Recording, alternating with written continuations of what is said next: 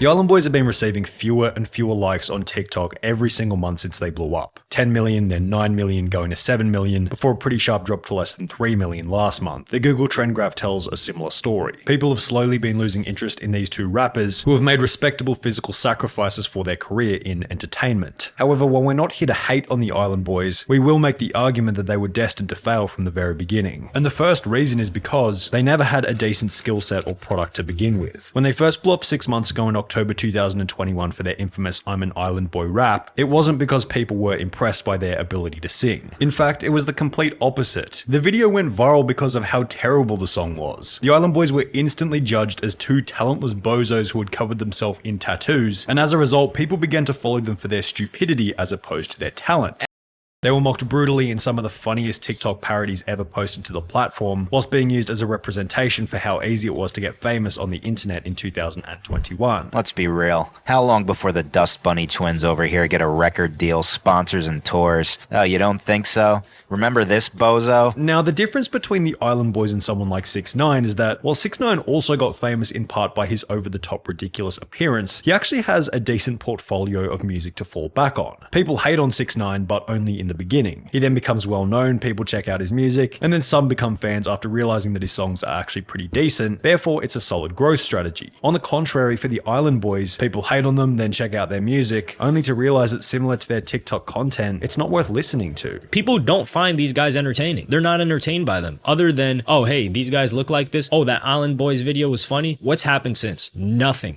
At all. And they keep rinsing and repeating and they're milking it dry. Did you really think you were going to go into this club, do this a cappella Island Boys and people were going to mess with it? Without some decent art form to fall back on, they're unable to convert their haters into fans over time, therefore they either become even more hated or completely irrelevant. The Island Boys discussed this on the Impulsive podcast with Logan Paul, stating that the haters were actually fans because they were following everything that the Island Boys were doing, which seemed to be a variation of the "it's better to be known than to be liked" argument. However, there are so many examples of where this doesn't really apply. There are countless YouTubers who have been outed as predators, for example EDP445 and Minilad, who are both very well known, yet receive almost no views as a result of people disliking them so much that the audience goes out of their way not to watch the content. Therefore, the argument is probably better expressed as, you need to have an entertainment form that people remember as being impressive, whilst maintaining somewhat of a likable reputation, which the Island Boys don't really have. People don't think about them in the context of unique, edgy artists that put a lot of effort into their music. They think about them in the context of two clowns who are famous for being famous.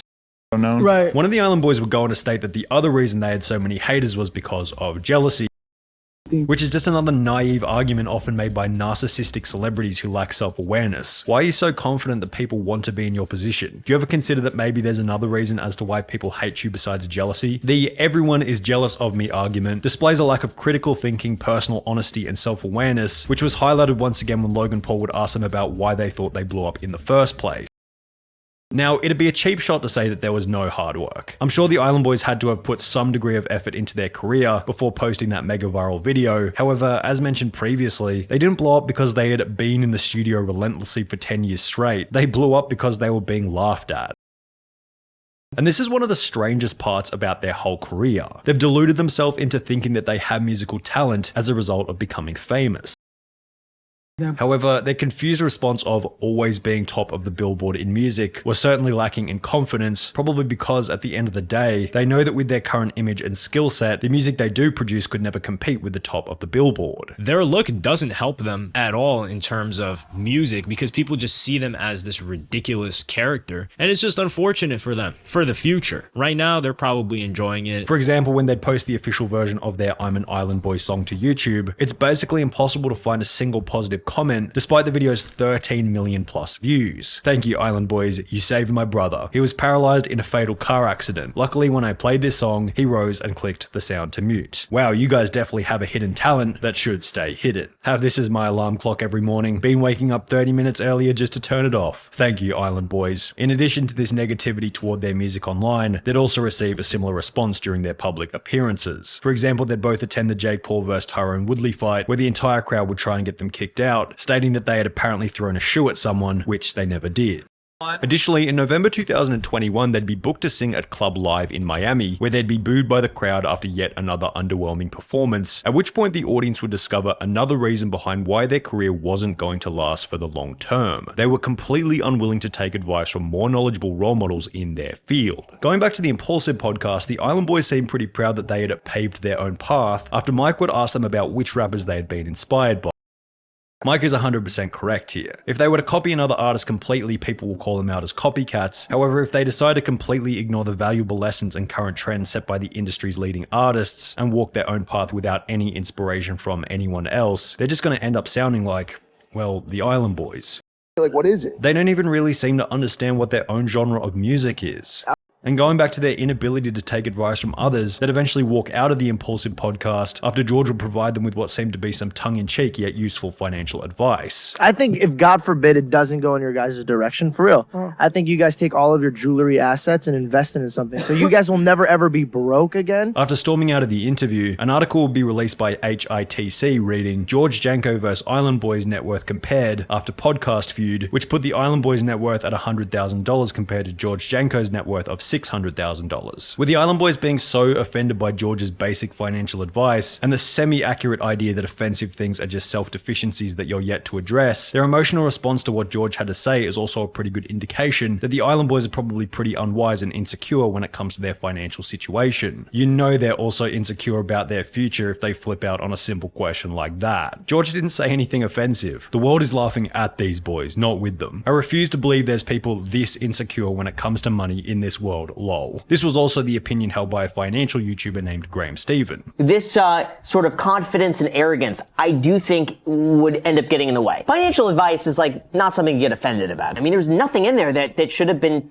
offensive. Graham also reiterated what was said earlier about the unlikely nature of their career lasting for the long term. A career like this could last you anywhere from a few months to a few years. We've seen so many people come up like this where they blow up big and then all of a sudden they do nothing. They can't carry that momentum. And for this right now, they're good for going viral. But I'm not sure if that could be sustained or if that could be translated into a successful career long term. Before going on to once again discuss how George was probably making just as much money as the Island Boys. I don't see anything here that would say George is making less money than the Island Boys. If anything, he could be making the same, if not more. However, when this point will be put against the Island Boys on TikTok, they seem to share a differing opinion. I'm gonna say it respectfully in the most humble way as possible. I doubt he's making any new money like how Island Boys are. We are successful and happy in life. Which would be followed by another TikTok, once again displaying their inability to take the advice of others and their desire to walk their path of success alone. But if someone's talking about my financials,